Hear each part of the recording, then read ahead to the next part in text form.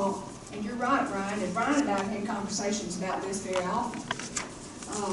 It's very difficult for business owners who want to locate here. It is very painful for them to get to startup. It's very painful for them to get to startup. Just start from the perception, and we can turn that around tonight. We're good. I hope so.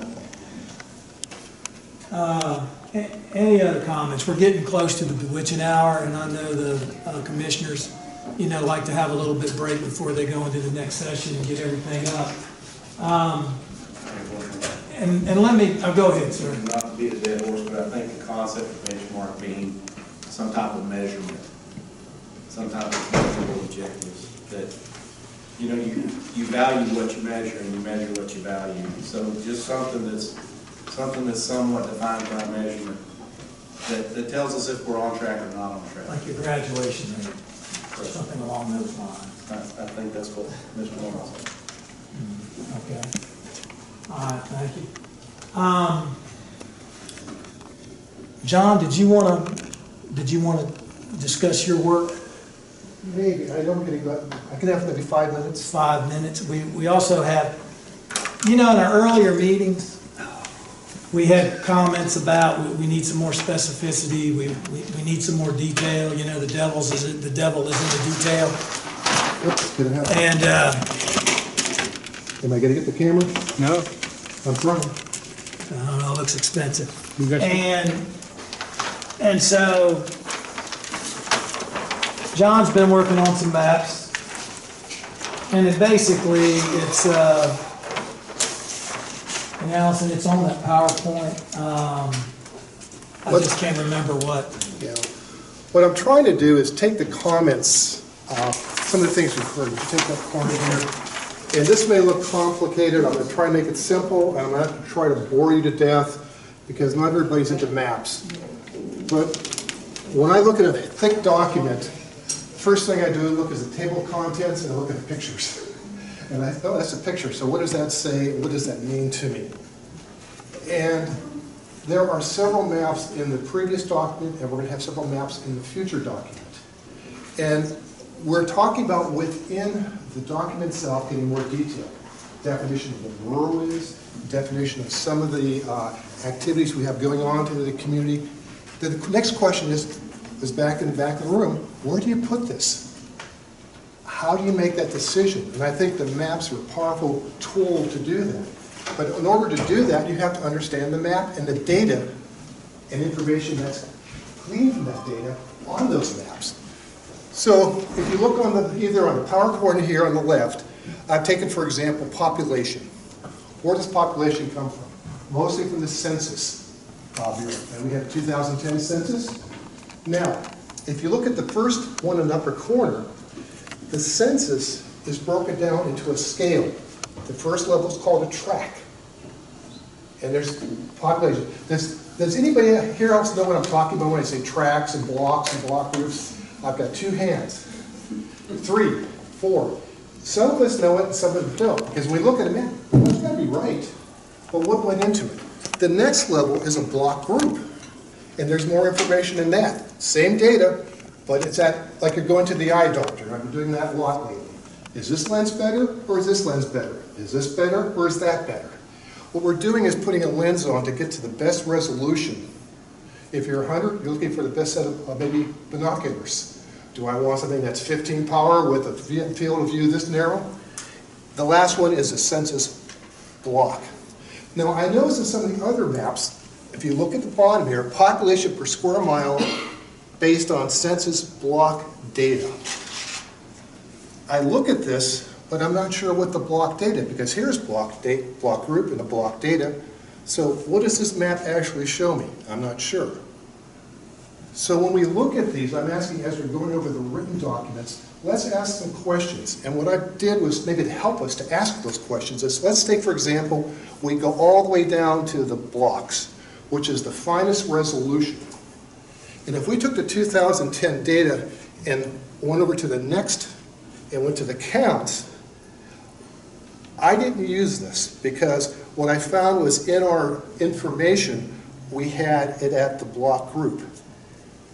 What this does is take the population based on 2010, the darker the color, the more people are there.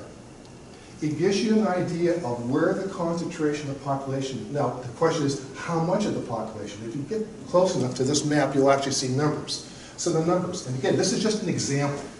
This is not to give us, this is where we want to go, but it helps us maybe take this large county and break it into more manageable pieces that we can start to comprehend. If we wanted to say, take 2010, what about today? What's happened to the population? Has it grown? Has it gone down? There hasn't been a census taken. So next one's coming in 2020. But we do have some information, something called the American Community Survey. And it's done annually. But people who've used it know annually doesn't really give you too much information. You better take it in 5-year blocks or 3-year blocks. The latest one we have with a 5-year block, which has the most information, is shown here. And what I did was take the 2010 and the 2011 to 15 and said, okay, what's the difference between here and here? And the bottom map shows that. It shows if it's red, then that is significant. That's where the growth was. If it's blue, it's showing that we're losing population. Now, those terms are relative. We have to be very, very careful how we use them. But what it helps us take this data, and we go to the next side here. I've got to watch the time every 5 minutes. This goes by per square mile. So you could look at it by counts, per square mile, and come down here to difference. And maybe what this might help us do is start looking at, what if we took this information of population, superimposed where our soils were, superimposed some other things. So now we start getting manageable pieces about future land use. And not just saying, well, let's put it where we want to put development. Let's put it where we have utilities. Let's put it, look at actually, what can that land actually carry? So what I'm suggesting to the audience, to the citizens, and to the council, as we go through these maps, let's please look at them and say, okay, if we're going to be in there, let's support what we're having in the written portion of it, but also let's have it show information. If I just show the population here, does that really show anything? Maybe, maybe not.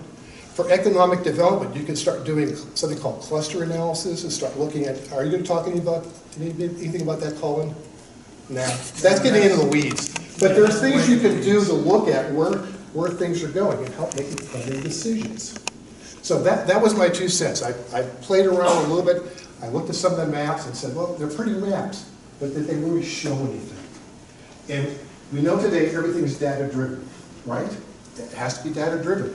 Where's the data coming from? How are you using it? What's it showing?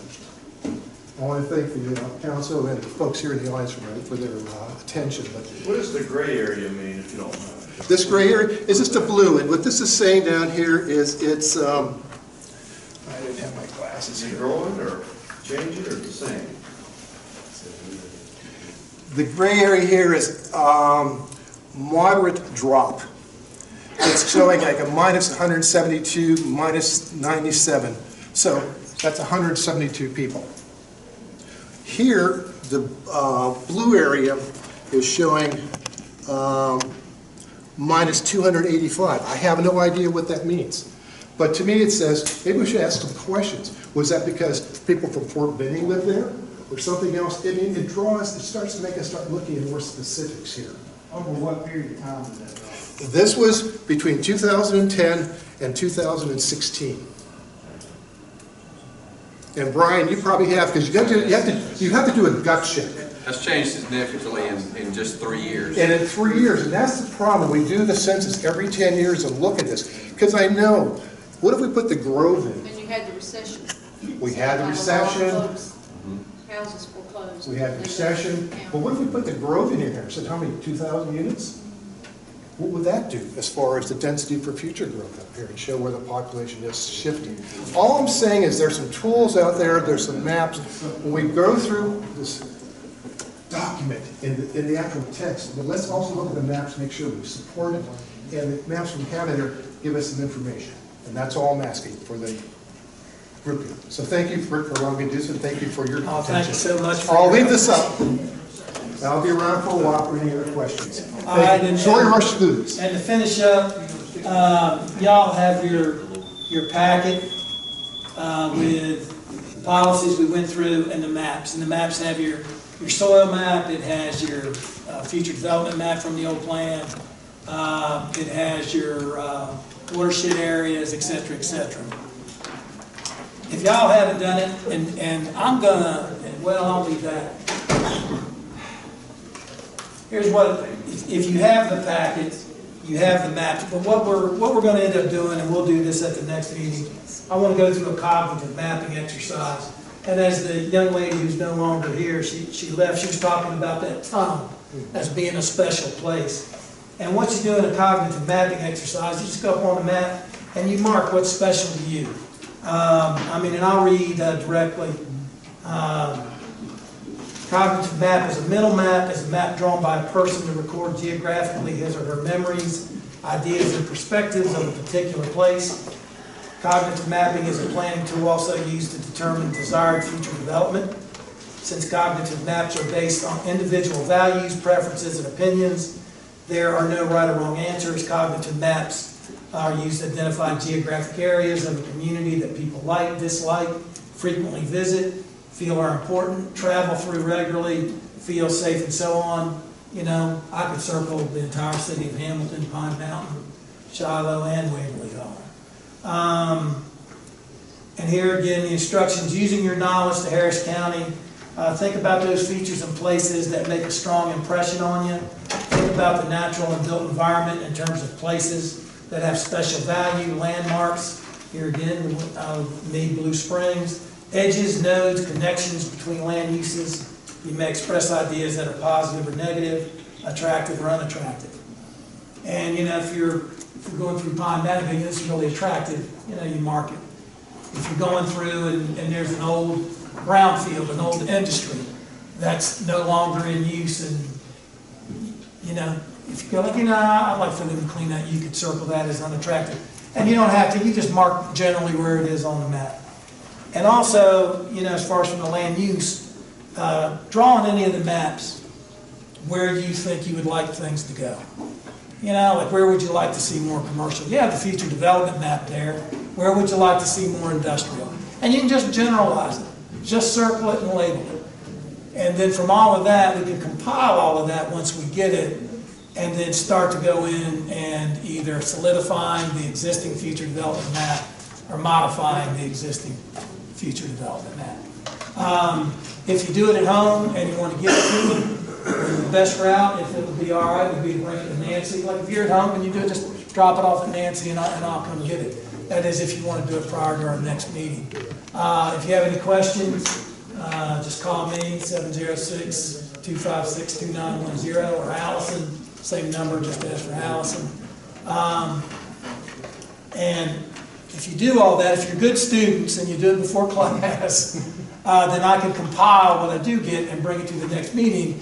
And then at the next meeting, hopefully we can have some more population information on growth, decline, things of that nature, which will give us a feel for, well, you know, we thought this area is growing, but it's not, or this area is stable. And then we can also talk about the characteristics of what y'all feel is rural. And some of that will help be defined with these population maps and just what you know is rural. Like I come down Hopewell Church Road and Whitesville Road every day to go to work. So I go through the Jones Crossroad area. To me, that's the prettiest area in Harris County. I love it. I agree. And I know that's where you live as well. And so if I was going to mark a place that I think special, that's the area, that's one of the areas I would mark. Now what you want to do with that, that's up to you all, but at least we know it's a special place. And that's it for me. Before we leave, last time we tried to react to a lot of the comments being made and get something going as far as the vision and philosophy for Harris County. Some people left early and were not around. Some people came late, did not hear everything. So we're going to kind of drop back and start all over again. We do want to form a committee to do that, volunteers, the people on that committee have to be part of this big committee to begin with. And there were a couple of volunteers that were not part of it. And then we certainly want to make sure that we geographically have every part of the county covered, and we don't want too great a concentration of any particular industry or anything. So what I'm going to ask is if Ms. McMichael will send out a letter to all of the committee members and kind of just tell them what we're looking for in this committee, and ask those who want to volunteer, would like to be part of that, to let her know.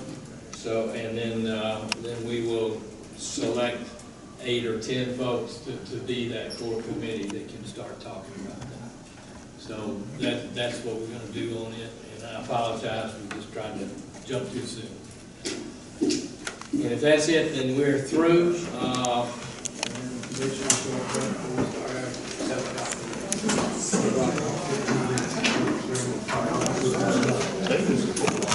But the thing is that if it's blue,